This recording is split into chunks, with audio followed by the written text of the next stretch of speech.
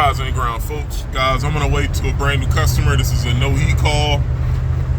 He called yesterday and said that the heat stopped working. All I know that this is gas, so I don't know if this is a boiler or a furnace. But guys, I'm almost there right now. Let's go take a look and let's get this Tuesday rocking and rolling. I'll see y'all when I get inside. Guys, I'm here. And according to the customer, he said that they just moved in here and they said that this unit is very inconsistent. He said some days it works, some days it doesn't. And I just got here and turned my thermostat up and I'm getting 100 degrees coming out the vents. So guys, this looks like this could be an intermittent issue, but I'm gonna start first by checking the filter, and afterwards I'm gonna open up the cabinet and I'm gonna look at a few components in this furnace. I'll see you in a little bit. All right, guys. And this is a 90% Goodman unit. Looks like this is a 70,000 BTU furnace installed 2013. And they got an Ecobee thermostat upstairs. This is just our power extender. And guys, check this out.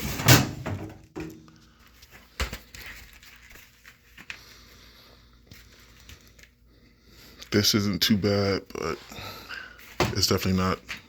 This is definitely below threshold. As you see, it's definitely. But here's the thing, this customer's doing work here. So right now I know there's a lot of dust and debris from drywall upstairs is probably hitting this filter. So I know for sure that filter needs to get replaced. Now, with this particular unit, I think you can restore fault codes here. No, this one doesn't have the restore button.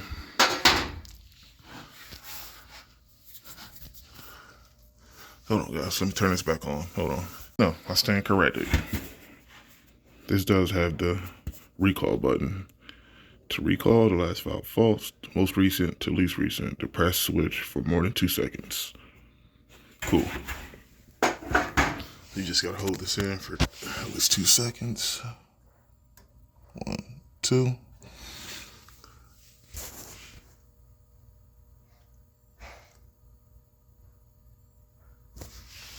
It's just blinking.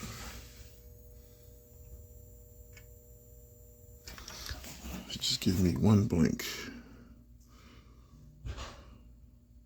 System lockout. Let me try this again.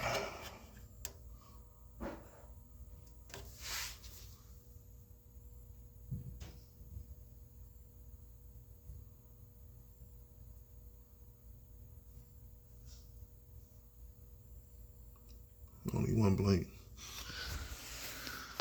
Okay, so our system recall is not going to help us out with this. Let me turn the power off. And let me check the sensor. I'll be right back. All right, guys, check this out. This certainly could cause intermittent issues. You guys see this? Let me turn the light off here. Doesn't look like this furnace got cleaned or serviced. So what I'm gonna do is I'm gonna clean the sensor. And I don't see any other spare filters laying around. I'm gonna see if you got another filter. And we certainly want to replace this filter. But yeah, since I wasn't getting any pressure switch faults, I highly doubt that we had any recent pressure switch errors. That would have been my next thing to go to, but yeah, guys, first things first, let's get the sensor cleaned and let's get a new filter put in. I'll see you guys in a little bit. All right, guys, got our sensor cleaned and we got a new filter put in.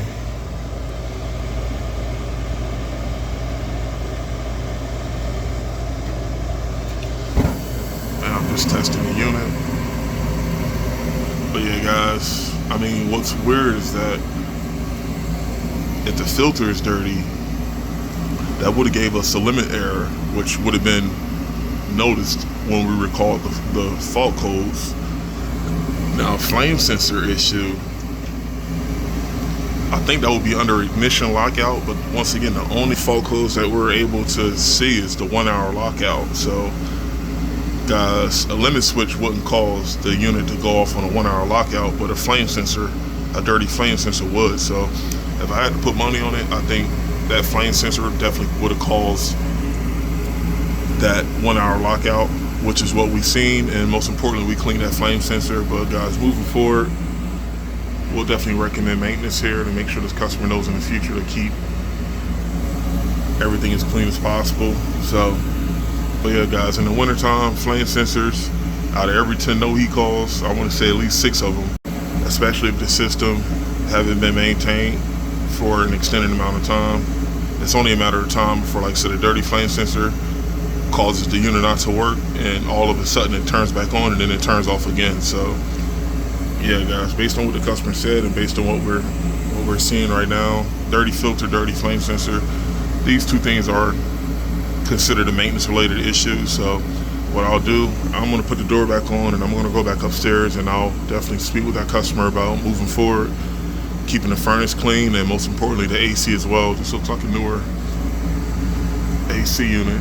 It was a 1311 EVAC coil. So yeah, I mean, this looks like a 11-year-old unit, still in good condition. But moving forward, we want to definitely keep everything as clean as possible so we don't run across these intermittent issues again. So there you guys have it. This is a simple intermittent problem, technically no heat. I got here, unit was running, but I tried looking at the fault codes. I only got a 1 hour lockout. I found the filter dirty, I replaced the filter. Found the sensor dirty, I cleaned the sensor, and this customer should be good to go. And also what I'm going to do, I'm going to go upstairs and I'm going to make sure he understands how to work I think it's an Hvac thermostat up there. I'm going to make sure he understands the ins and outs of that thermostat. And also what I'm going to do is I'm going to go upstairs and make sure that that thermostat isn't programmed to heat too low. That's important, guys, because with some thermostats especially, I asked him earlier when he came down, he said that he doesn't utilize the program function on the Hvac thermostat. I know most programmable thermostats, they come out the box having a heat set to 62, which could cause this unit not to run or turn on as often. So that's one thing I like doing. Even if the customer doesn't utilize the program function, I always program it at a comfortable number. So even if they do accidentally hit temporary hold instead of permanent hold, then at least you're not going to run across this scenario again. So alright guys, but let me get to it. Let me pack this up and get up out of here. I'll see y'all in the next one. Peace.